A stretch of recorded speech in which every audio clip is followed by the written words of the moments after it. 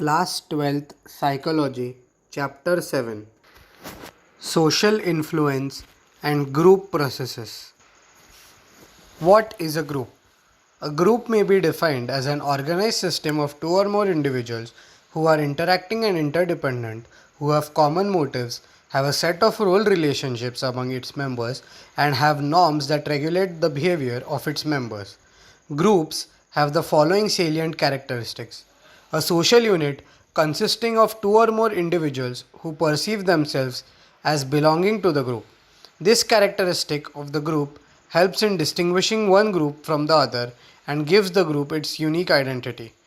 A collection of individuals who have common motives and goals. Group function either working towards a goal or away from certain threats facing the group. A collection of individuals who are interdependent, that is, what one is doing may have consequences for others. Suppose one of the fielders in a cricket team drops an important catch during a match, this will have a consequence for the entire team.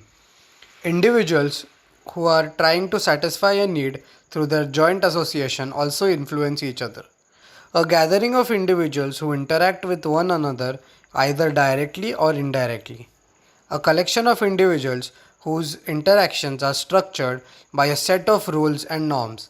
This means that the group members perform the same function every time the group meets, and the group norms. Norms show and tell us how we ought to behave in a group and specify the behaviors expected from the group members. Groups can be differentiated from other collection of people. Teams are special kind of groups. Members of teams often have complementary skills and are committed to a common purpose or goal.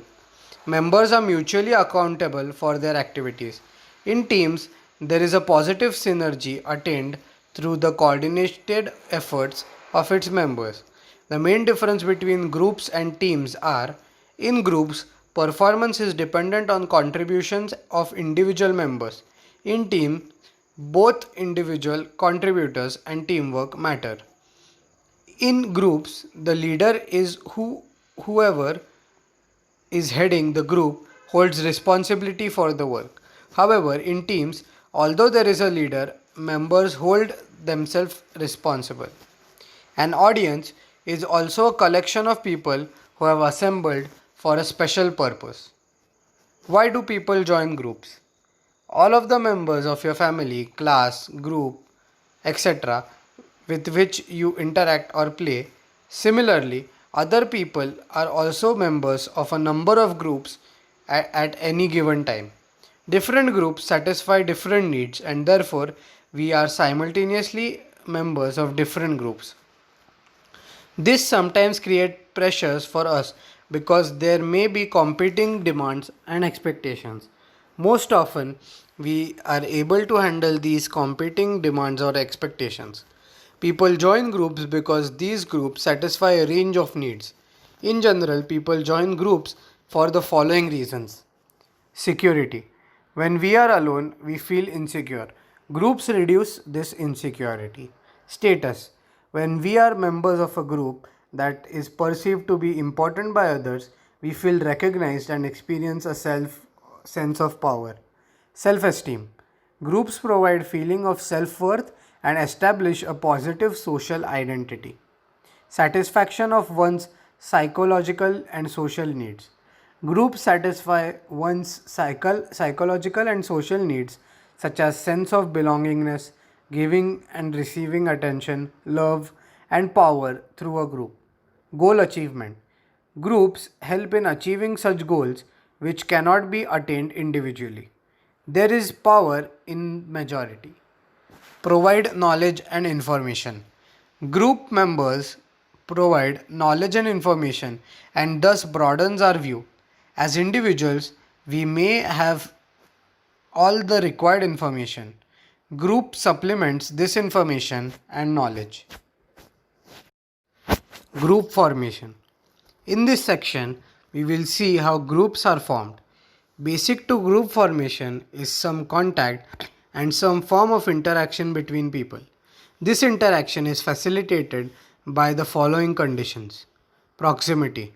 Just think about your group of friends.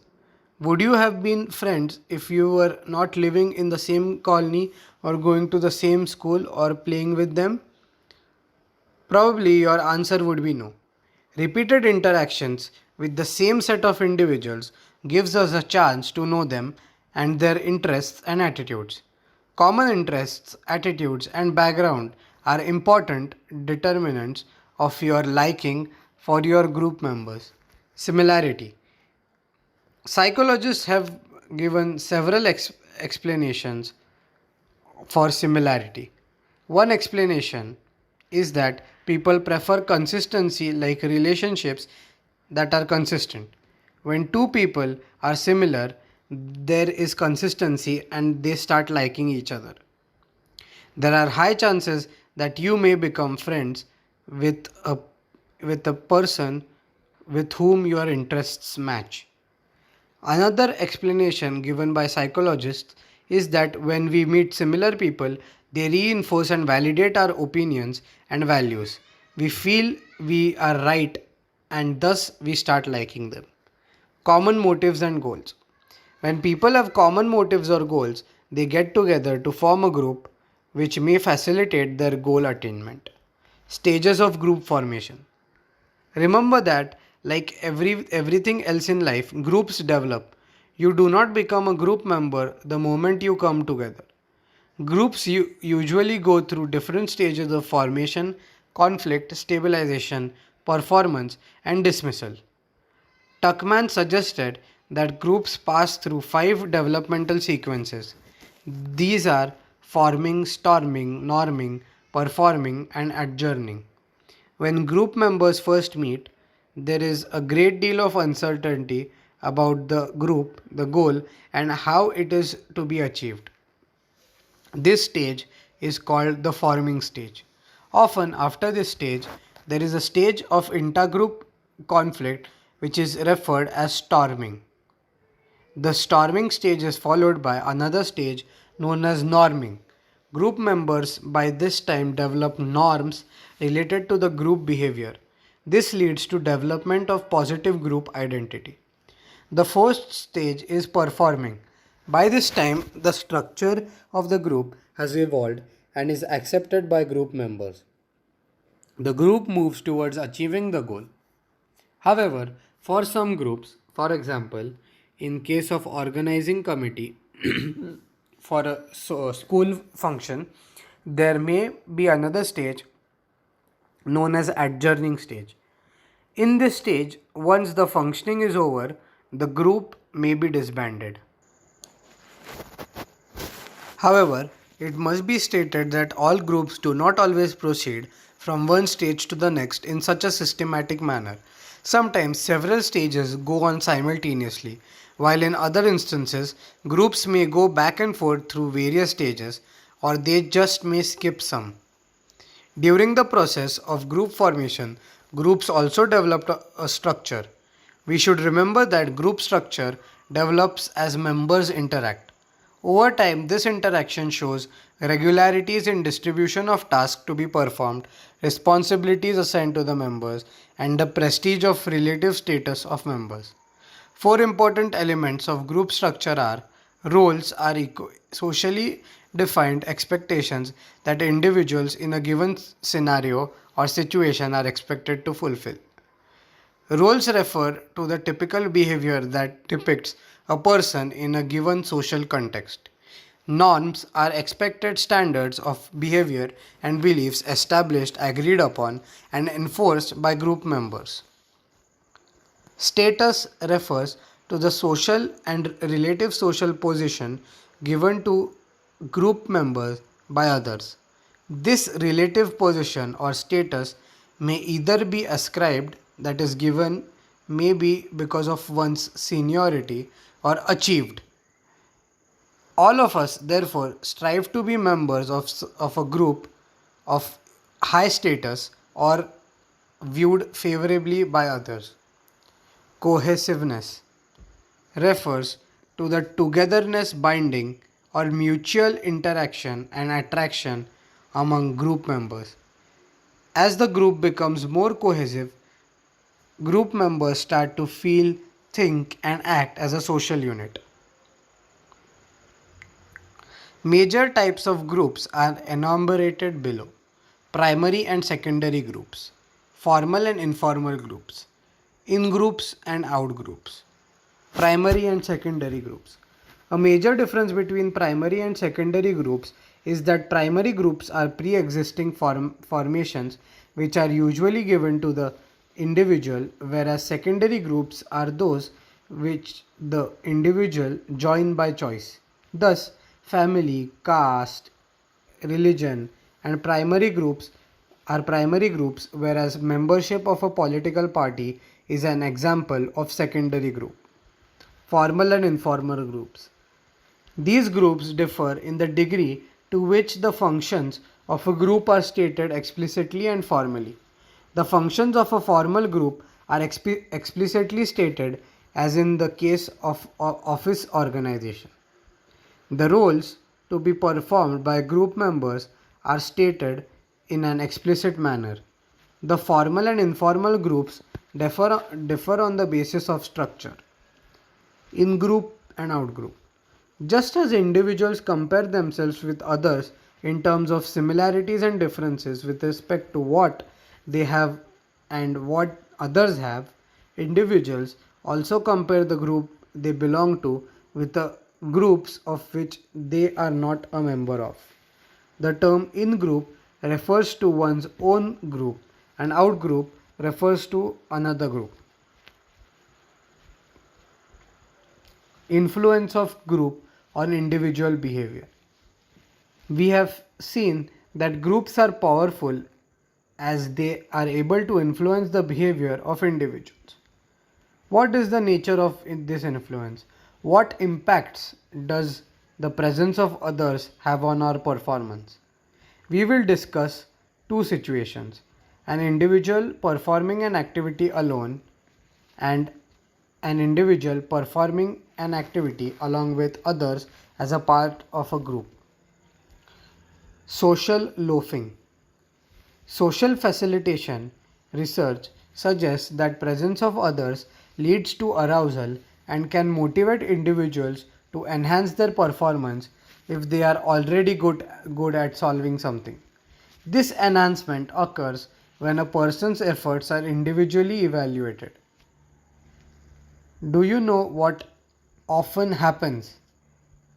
It has been found that individuals work less hard in a group than they do when performing alone.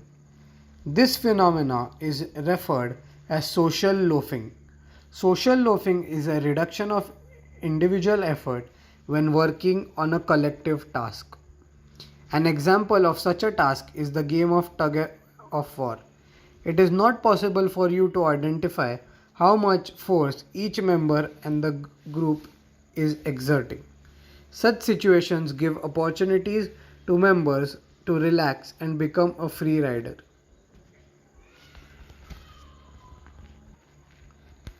Group members feel less responsible for the overall task being performed and therefore exert less effort. Motivation of members decreases because they realize that their contributions will not be evaluated on individual basis. The performance of the group is not to be compared with other groups. There is an improper coordination among members. Belonging to the same group is not important for members. It is only an aggregate of individuals.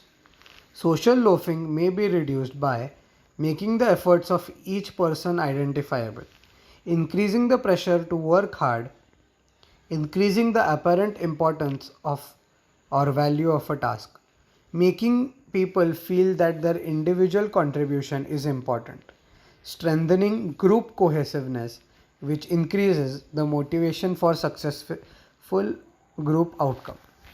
Group polarization. We all know that important decisions are taken by groups and not by individuals alone. Groups show another tendency which is known as group polarization. It has been found that groups are more likely to take extreme decisions than individuals alone. Suppose there is an employee who has been caught taking bribe or engaging in some unethical act. His or her colleagues are asked to decide on what punishment he or she should be given. They may let him or her go free or decide to terminate his or her services instead of imposing a punishment which may be commerciative with the unethical act he or she is engaged in. Whatever the initial position in the group, this position becomes much stronger as a result of discussions in the group. This strengthens of a group's initial position as a result of group's interaction and discussion is referred to as group polarization. Conformity, compliance, and obedience. Groups and individuals exert influence on us. This influence may force us to change our behaviors in a particular direction. The term social influence refers to those processes whereby our attitudes and processes and behaviors are influenced by the real or imagined presence of other people. Throughout the day, you may encounter a number of situations where others have tried to influence you and make you think in the ways they want to.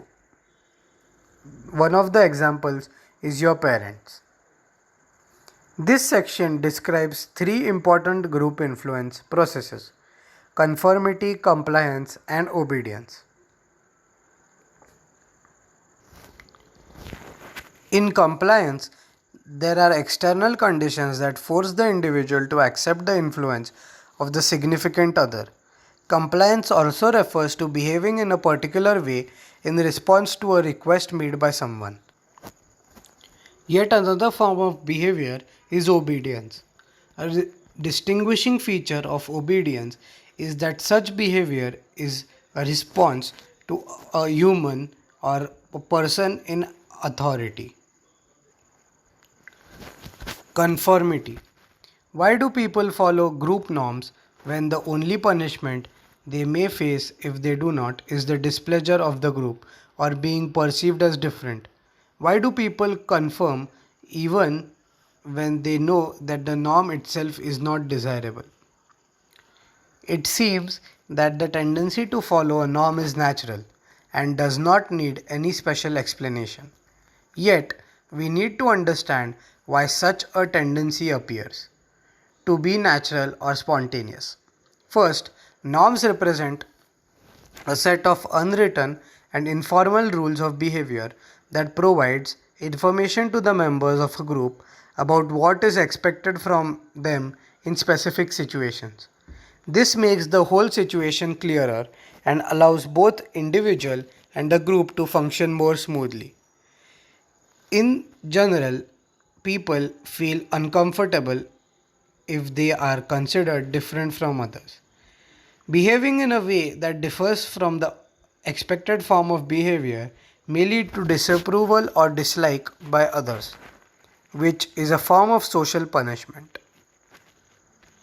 Third, the norm is seen as reflecting the views and beliefs of the minority and majority, especially the majority.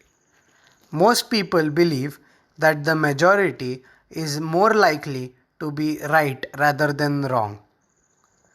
An instance of this is often observed in quiz show on television.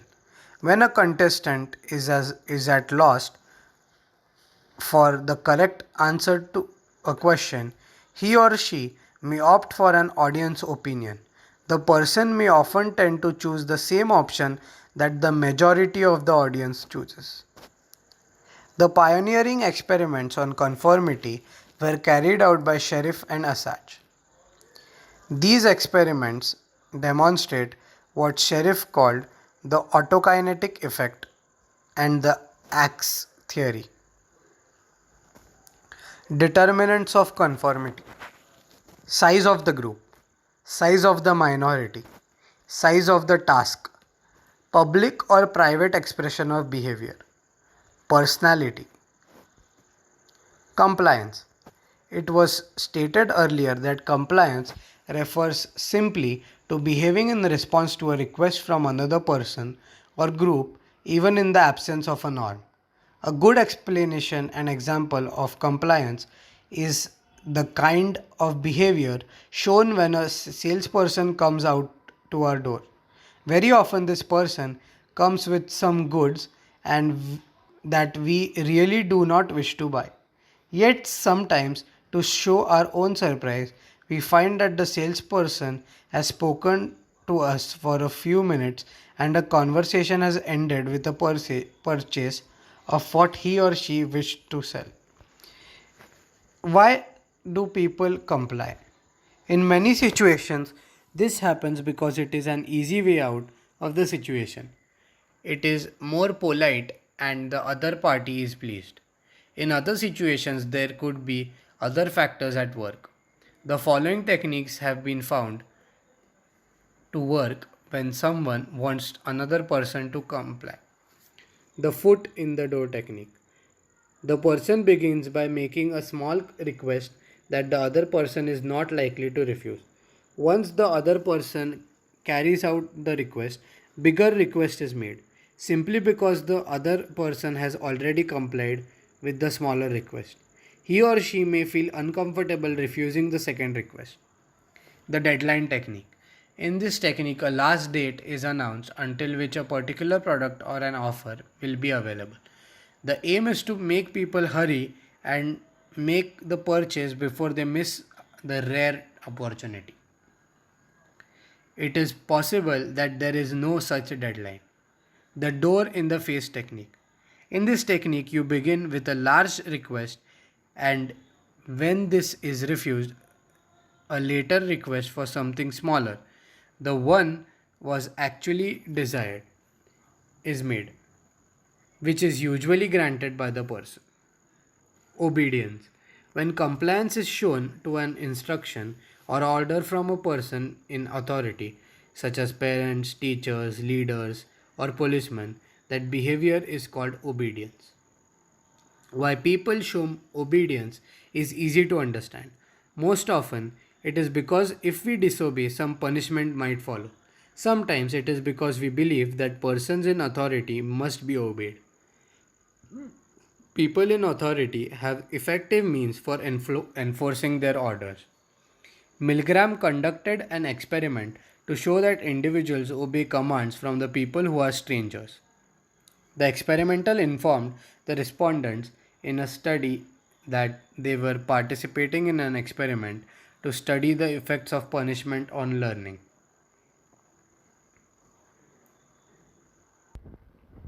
It has been observed by psychologists that people even obey the ones who have harming personalities. Why do they do so?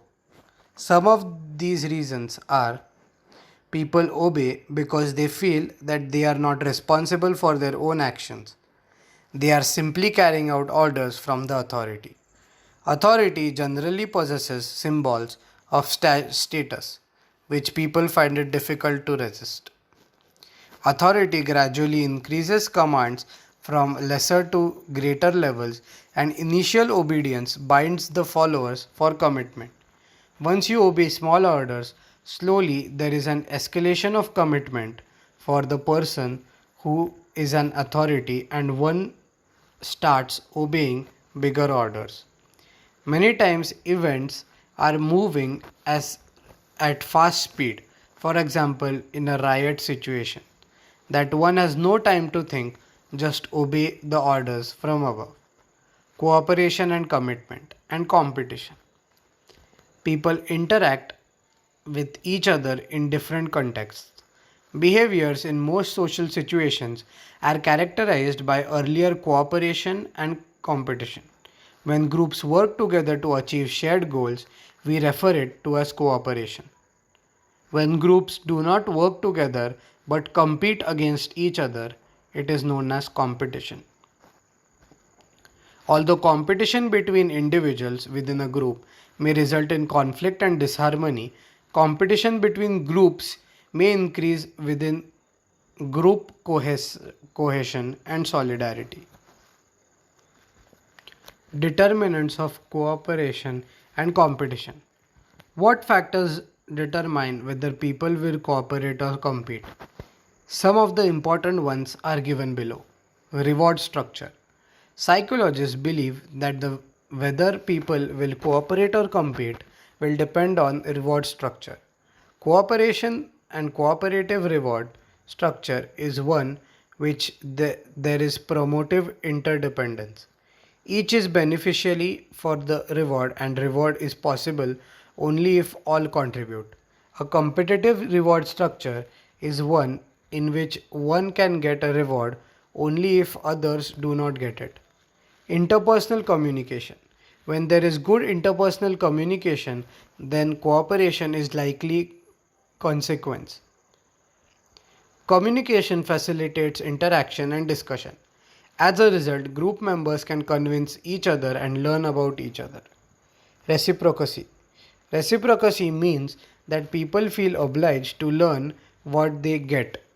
Initial cooperation may encourage more cooperation. Competition may provoke more competition. If someone helps, you feel like helping that person. On the other hand, if someone refuses to help you, then you will likely refuse to help the person too. Social identity. Have you ever asked the question, who am I? What was your answer to this question? Probably your answer was that you are a hardworking, happy go lucky boy or a girl. This answer tells you about your social identity, which is one's self definition of who he or she is. This self definition may include both personal attributes, example, working hard, happy go lucky personality, or attributes you share with others, example, girl or boy. Although some aspects of our identity are determined by physical characteristics, we may acquire other aspects as a consequence of our interaction with others in society. Sometimes we perceive ourselves as unique individuals, and at other times we perceive ourselves as members of group. Intergroup conflict, nature and causes. Conflict is a process in which either an individual or a group perceives that others have opposing interests and both try to contradict each other. There is this intense feeling of we and other. There is also a belief by both parties that other will protect only its own interests. Their interests will therefore not be protected. There is not only opposition of each other, but they also try to exert power on each other. Groups have been found to be more aggressive than individuals. This often leads to escalation of conflict. All conflicts are costly as there is human price for them. In wars, there are both victories and defeats, but the human cost of war is far beyond all this. Various types of conflict are commonly seen in society, which turn out to be costly for both sides as well as the society. Mentioned below are some reasons for major group conflicts. One major reason is the lack of communication and faulty communication by both parties. This kind of communication leads to suspicion. Another reason for intergroup conflict is relative deprivation. It arises when members of a group compare themselves with the members of another group and perceive that they do not have what they desire to have. Another cause of conflict is one's party believes that it is better than the other and what it is saying should be done. A feeling that the other group does not respect the norms of my group and actually violates those norms because of a malevolent intent. Desire for retaliation for some harm done in the past could be another reason for conflict. Biased perceptions are at root of most conflicts.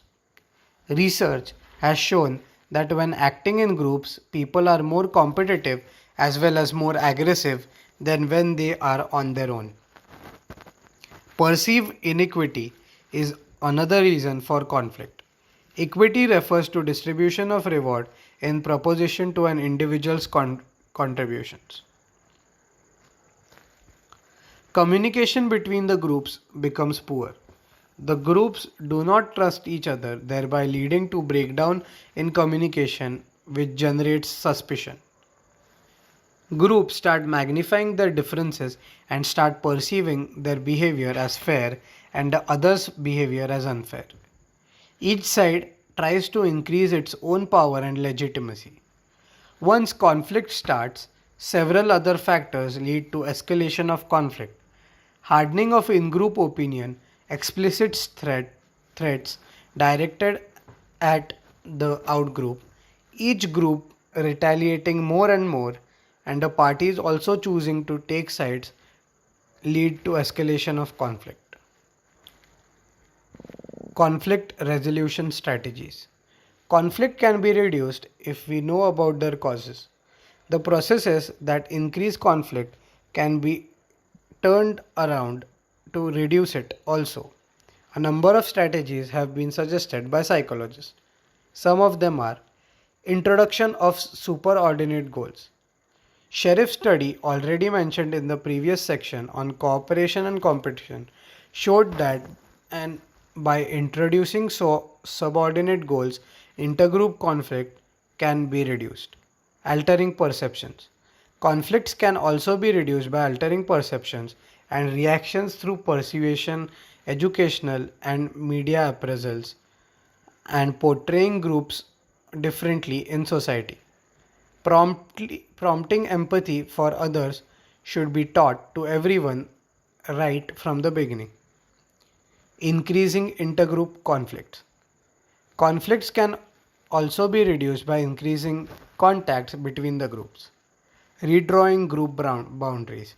Another technique is that being suggested by some psychologists is redrawing the group boundaries. This can be done by creating conditions where group boundaries are redefined and groups come to perceive themselves as belonging to a common group. Negotiations. Conflicts can also be resolved through negotiations and third party interventions.